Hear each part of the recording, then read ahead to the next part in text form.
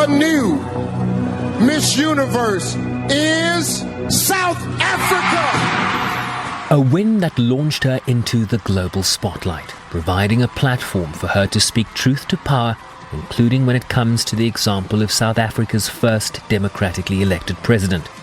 It is a very interesting time, this whole pandemic, and especially being far from home and being in New York. I think just the spirit of Madiba I've felt during this time, a spirit of giving, a spirit of togetherness is something that I've appreciated during this time. When we speak of humanity, a lot of people have said we don't have humanity anymore. It's died a long time ago. And I think during this time, we were all able to see that actually, people still care. People are still able to be there for each other, during tough times. And so I think I've felt his spirit come through a lot during this time. And while Madiba's was a fight in the main against racism and apartheid, it's a reality that continues to confront Zozi's generation,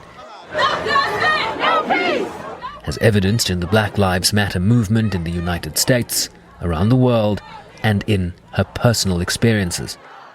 I think on the positive end, just getting so many messages from young Black women, from young Black girls and their parents, sort of sending me DMs and texting me and sending me videos on a daily, to say thank you for saying what you said and thank you for being so authentic and being yourself.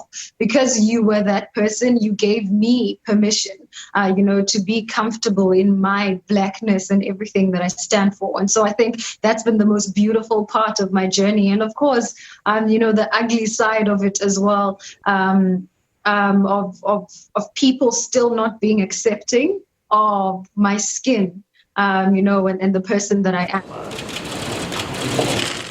With the UN Chief Antonio Guterres delivering this year's annual Mandela Day lecture under the theme Tackling the Inequality Pandemic, a new social contract for a new era, she weighed in on the role of women's leadership in building back better post-COVID-19. Women have always been there, and I feel like they will always be there. And so I definitely see their role and hoping that they will be very much included after the pandemic. I think one thing that this pandemic has shown us is such a huge gap in inequality, whether it be with gender and whether it be with race. And I think it's just one of the things that it revealed to us the most. And so, stepping out of the pandemic, I'm hoping those are the things that are going to be tackled.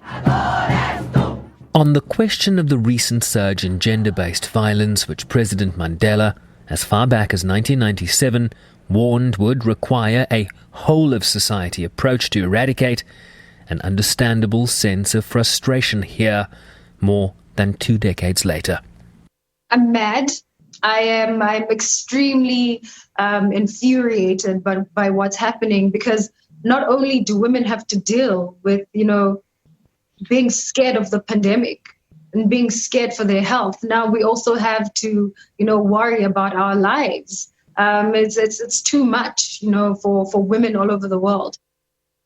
A reign completely altered by a pandemic, but taking inspiration from the example of a man who took the oath of office to become South Africa's first Black president when she was merely 7 months old.